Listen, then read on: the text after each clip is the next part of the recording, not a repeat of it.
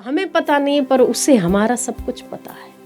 ऐसी कौन सी स्थिति है, ऐसी कौन सी जगह है जिस पर परमात्मा अपना अस्तित्व नहीं दिखाते। अनहोनी होनी नहीं, होनी हो सो होए। आप लाख चाहने पर भी अनहोनी टाल नहीं सकते, बहुत लाख कोशिश करने पर भी वो कुछ कर नहीं सकते जो ईश्वर नहीं चाहते। तो क्यों ना निश्चिंत होकर अपने आप को परमात्मा को समर्पित कर आनंददायी भजन करना चाहिए।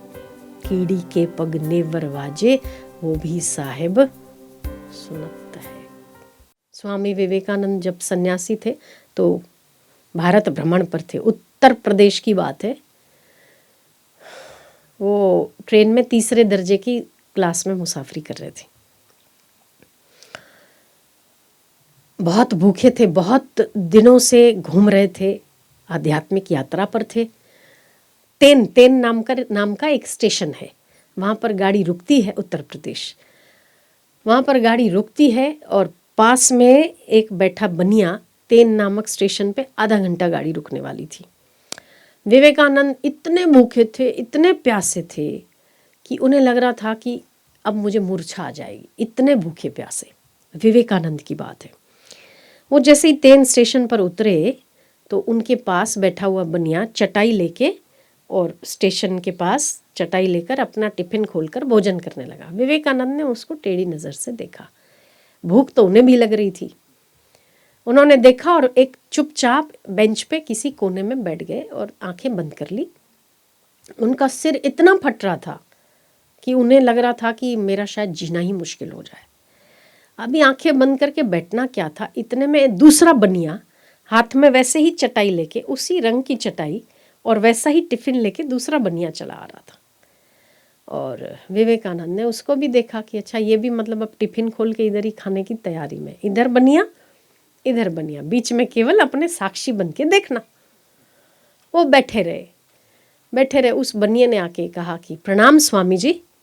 तो विवेकानंद ने आंखें खोली और कहा कि तुम कौन? बोले मैं बनिया।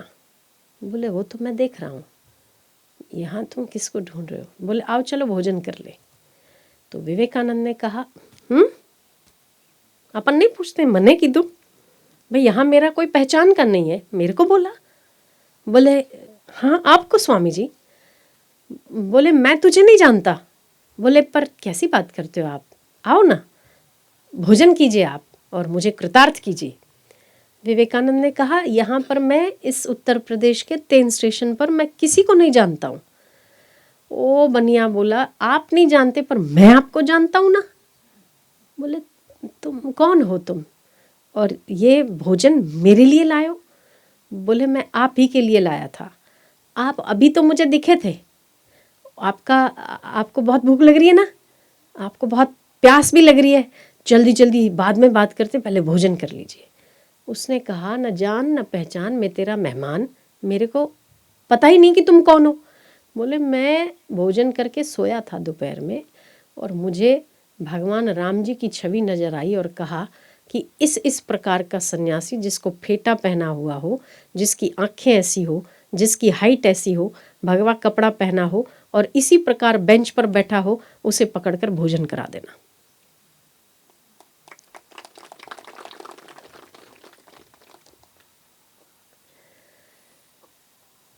बोले पर कोई और हो सकता है, मैं नहीं हो सकता। तुझे मेरा सपना कैसे आया? बोले मैं ना करवट बदल के फिर से सो गया। मुझे लगा कि मुझे कोई तंद्रासी आ रही है, तब फिर से एक रथ पर चढ़कर एक और राजकुमार बोले सुना नहीं तूने, चल उठ।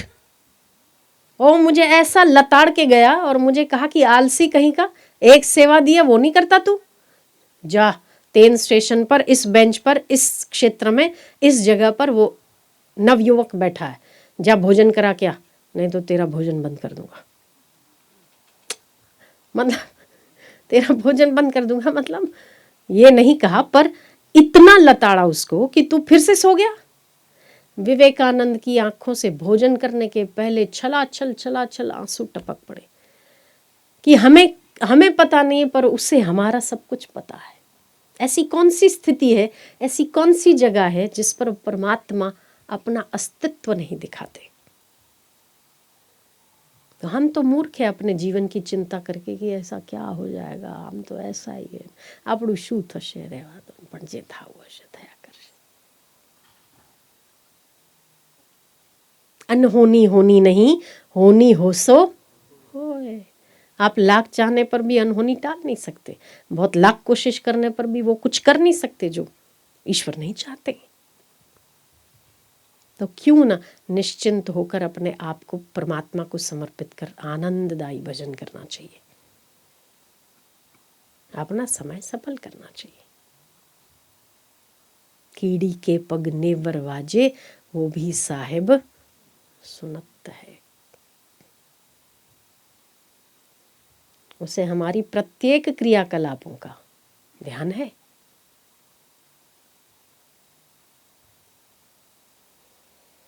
तो बड़े बड़े महापुरुष ईश्वर के अस्तित्व का अनुभव कर चुके हैं, करते हैं। और हम सारा सामान सामग्रियां अपने आप के लिए संग्रह करके भी हम इतने सुखी नहीं रह सकते जितना महात्मा पुरुष की चिंता परमात्मा करके वो सुखी रख सकते।